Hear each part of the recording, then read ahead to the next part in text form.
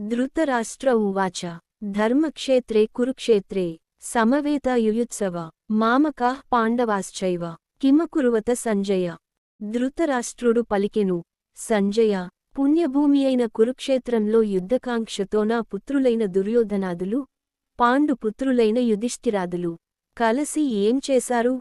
మానవాళి నిర్దేశనార్థము పూర్ణపురుషోత్తముడైన శ్రీకృష్ణ భగవానుని ద్వారా ప్రత్యక్షముగా పలుకబడిన ఈ భగవద్గీత సంపూర్ణ ఆధ్యాత్మిక ఆస్తిక విజ్ఞాన శాస్త్రము. అనాది అయిన వేదకాలము నుండి తీర్థస్థలముగా ప్రసిద్ధినొందిన కురుక్షేత్రమును వీక్షిస్తూ వర్ణింపబడిన ధృతరాష్ట్ర, సంజయ సంవాద విషయములు ఈ ఉత్కృష్ట తత్వశాస్త్రమునకు మూలసిద్ధాంతములైయున్నవి.